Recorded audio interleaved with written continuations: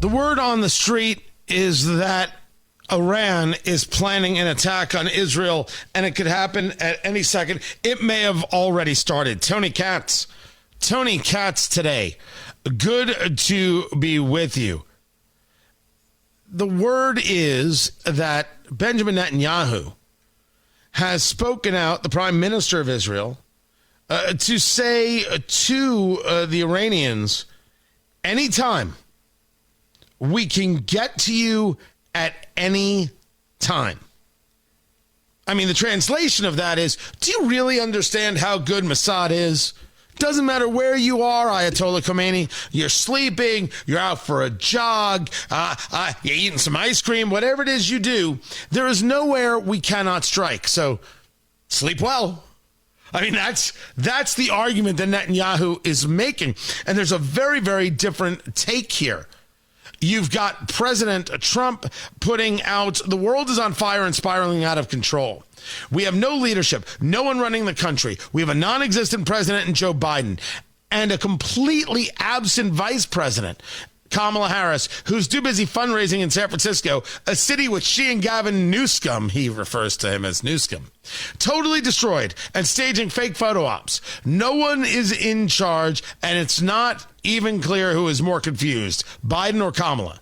Neither has any idea what is even going on. When I was president, Iran was in total check. And he goes on from there. If I was in charge, October 7th never happens, and you've heard me discuss this. Maybe October 7th and the attack from Hamas, a terrorist organization, where they killed 1,200 Israelis and others. They raped women. They burned babies alive. They took hostages. Maybe it never happened. But there is an argument to be made that maybe this response doesn't happen either. And I am more convinced than ever that while the Israelis never would have wanted October 7th, that Israel's positioning now is taking a look at the world and taking a look at where this administration is and saying it is us or it is death. It is now or it is never. We have no friends. So therefore, we have to destroy our enemies. We cannot leave this to chance any longer. We can't get lucky a second time. And by the way, can you imagine considering the death of 1,200, quote unquote, lucky? Because what if the next attack is worse, is stronger, is more aggressive? What if they are again, as they were on October 7th, asleep at the switch? And this isn't just about Israel. This is about us. It's always, always, always been about us, about Western civilization, about Western culture. It's about Christians. And I am amazed at the number of Christians, not who get it, but who still don't get it. They don't understand that this is about them. This is about any life that isn't the one that the Ayatollah and these radical Islamists have dreamt for you. How many terror groups, terror cells are in the United States right now because of the poor border that has been put forth by Joe Biden and Kamala Harris? I believe Israel looked at the moment and said to themselves, now's the time. No. We are going to so degrade our enemy that if we can't destroy them, if we can't just kill them dead, at the very least, maybe it'll take them 10 to 15 years to build back. And honestly, not a bad place to start. And that's what I think they've done. The idea that they just willy-nilly engaged these pagers to all blow up. How many years of planning was this? The killing of the Hamas leader, I think it was the number 2, in Tehran, at this encampment where they bring dignitaries. I mean, that didn't happen just all by itself. That took time. That took planning. It took a tremendous amount of focus. And then they decided to execute it at the time that they needed to. There was a report where the I don't know. It wasn't Ahmadinejad. I don't know who the president of Iran is right now. I'm forgetting the election that took place. Because remember, the president of Iran was killed in that helicopter crash. Was it Mossad? Was it not? Who knows? Well, we were going to do this, and we were going to have the person in charge of XYZ group go in and handle things. But then we learned that the head of the XYZ group that we had to handle the Israelis was actually a Mossad agent himself. I mean, they're everywhere. They are absolutely positively everywhere. What Mossad has done, what Israel has done to infiltrate their enemy, and they've been doing it for years. And why pick now for all of these attacks? They must see a moment. But more to this than the attacks, the response from Israel, and the possibility of a response from Iran, is what it is we've learned from this. And what we have learned from this is what really has the political left most angry, most infuriated. What we learned from this is that everything they have said about escalation is wrong. Don't escalate. No, you don't want to increase tensions in the region. No, you don't want to move the embassy. That's going to increase tensions. No, you don't want to respond. That's going to increase tensions. And if you increase tensions, well, then it'll be all-out war. I think what the Israelis have proved is that these terrorists aren't very good at war. They're good at attacks. They're not good at war. The Israelis are good at war. The Israelis are good at planning. The Israelis are good at thinking and being proactive. The Israelis are good at being targeted and trying to engage as few actual civilian casualties as possible. The terrorists are indiscriminate killers and don't give a good holy damn who they kill. But they can't actually fight in a concerted, concentrated way.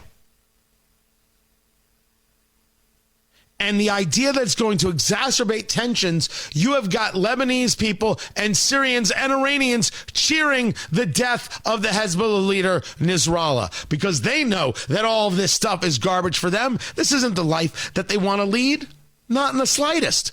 So the left has been desperate to keep Israel from reacting, therefore taking more shots from the people who they clearly support. I mean, if you're on the political left and you think that the United Nations Relief Work Agency is of value, well, I mean, you just support terrorists at this stage of the game. That is it.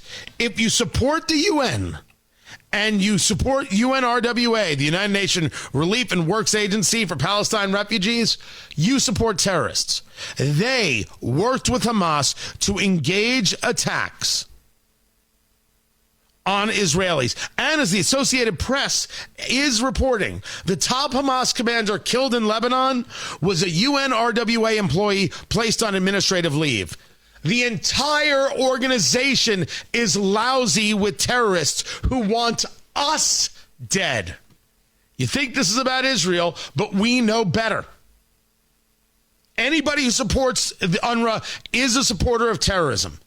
We're not debating here. We're not going to pretend that, well, we'll agree to disagree. Nah, you're a terrorist supporting freak. Well, not you, they. And how much more proof could one possibly need?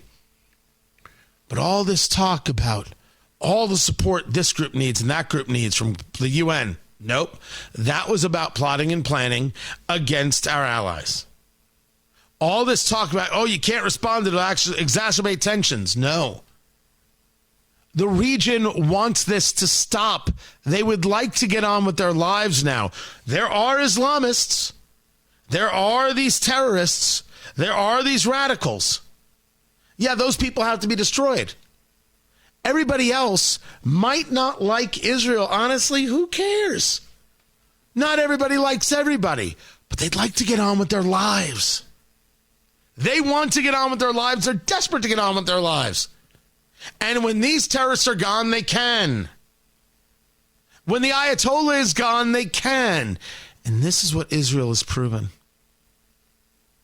Israel has proven that it is not the way the left of the world, and specifically the American left, envisions it. It is, without question, a world that without terrorists, people may not like each other, but they'll move forward. And they'll have disagreements here and then, and there might be skirmishes here and then. But get rid of this. These terrorists and these terrorist supporters. You got a chance for a life. That's the lesson learned here. So Iran may attack, if they haven't already. Tel Aviv, according to Mike Tobin Fox, central Israel on high alert. There has been reporting of a shooting in Jaffa where people were shot on the streets. I didn't say it was going to be easy. I didn't say it was going to be clean. But Israel has proven that the old methodology was a bad methodology. And maybe we learn a valuable lesson that we should have learned from World War II, that we should have learned from the Civil War, that we should have learned from the Revolutionary War. One does not go to war for light or transient causes, but sometimes there is a reason to go to war. There is a reason to say it is us or it is our enemy. Somebody has to win and somebody has to lose, and you have to put it all on the line. Our lives, our fortune, and our sacred honor. They have to go on the line. You can't live an isolationist world. You can't live an isolationist life. Sometimes you got to deal with the guy poking you. And the people who said you shouldn't, just let him poke, it's not too bad. Those people were actually in favor of your destruction. Now that we know this for sure, personally, I hope Israel is very, very successful. I hope the Ayatollah is gone. I hope Iran goes back to calling itself Persia and we can engage some trade and some tourism. And the same thing with Lebanon. There will still be disagreements. There's still going to be Sunni Shia fights and all sorts of things. But let's get rid of the terrorists and, I don't know, go have lunch. I'm Tony Katz.